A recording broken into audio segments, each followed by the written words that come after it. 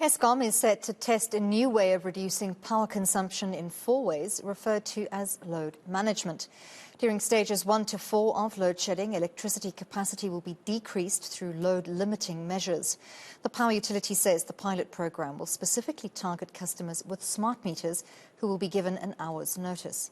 Mohamed Madhi is an energy expert and joins us to explain how this will actually work. Thank you so much, Mr. Madhi, for your time. And I'm sure many of our viewers will be sitting at home thinking load shedding, load reduction, load management, how it's different from those two other practices and how it will actually be implemented. Hi, good evening and good evening to everyone.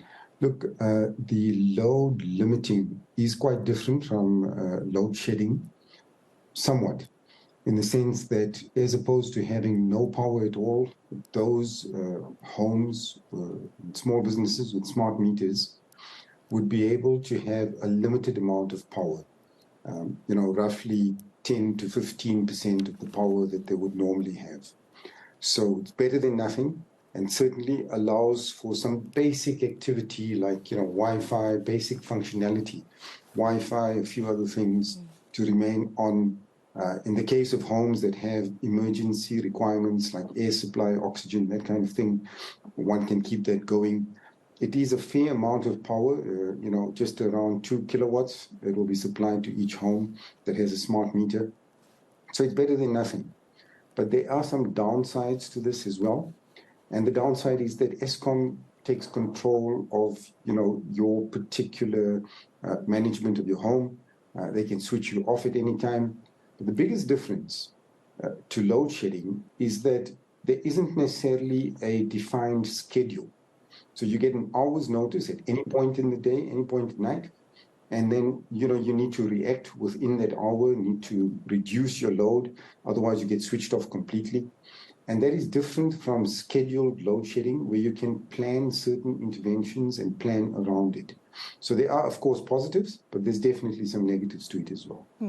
So I've got a couple of questions around that. I want to start with this technicality first. Will they be experiencing load shedding as well as this pilot run project of load management? So in other words, two different schedules, or are they scrapping load shedding in that area because they can't just scrap it for metered customers. They would need to do an entire area, wouldn't they?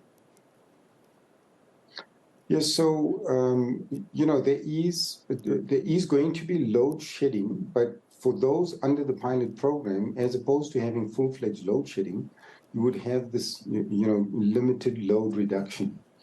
So you wouldn't have, but what is not yet clear at this point is whether that limited load reduction would endure for, stages above stage 4. So we know that for stage 1 to 4, you would, instead of having stage 1 to 4 load shedding, you would have this limited load reduction. So that is definitely an advantage. But above stage 4, it's not yet clear. Do we know whether that would last for the same duration as load shedding, or would it be a shorter or longer time period? So it would be for the same amounts of time as far as we can make out, that the load shedding stages 1 to 4 would be in play, and you would have this limited, power available. So one assumes it is for that, but what is not clear is whether, when it's not within the load shedding times. So you're given a notice of an hour, and then you have to react accordingly.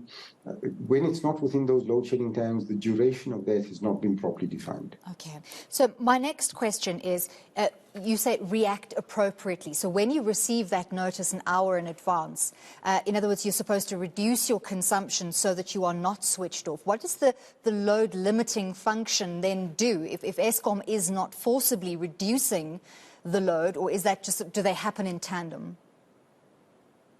So what would happen is there is some degree of self-regulation.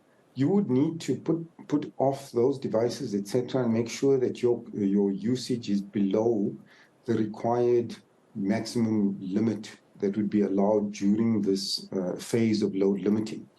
If your usage is above, let's say you have 10 amps of allowance and you're using 11 or 12 amps, Eskom will switch you off for the duration of that load shedding cycle. Okay. If you've managed to reduce your load under the 10 amps, for example, taking 10 amps as an example, then you would stay on. You'd be able to use up to 10 amps for the duration of that period that the load shedding is in force. Is this intended to habituate users to self-regulation, or is the intention that it will inevitably be run out as an alternative to load shedding when we get to a point where our grid is stable enough that we don't need load shedding in its full form, that we would switch then to this load limiting system where a certain amount of limited power is still available to users? Look, I hope it's neither. But the reality of what will happen, some of the advantages of what will happen, is that consumers will become a lot more aware of the kinds of devices that use high amounts of energy, and also of other practices within their homes that are using a lot of energy. There would be much smarter management of the geysers and certain other high energy appliances, etc. So that will be a positive. But the downside would be this should not lull Eskom into thinking that this is a long-term solution. Long-term solution is to provide power as much as people require it. Because the minute you start limiting power, you limit a number of activities, you limit economic activity, you limit other forms of social activity, and that's a problem. We don't want a society that is limited in this way. So there is a danger that Eskom, starts relying on this as a long-term solution, which it should never do.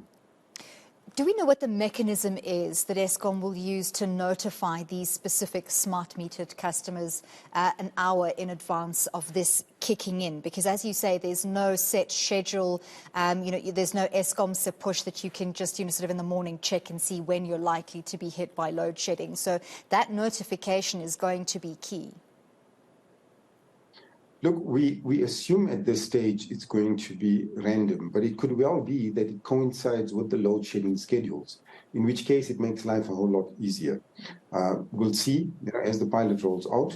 But in terms of the communication to the clients, there is a communication unit within each smart meter, a mechanism to communicate with clients, and that would be used in addition to cell phone communication.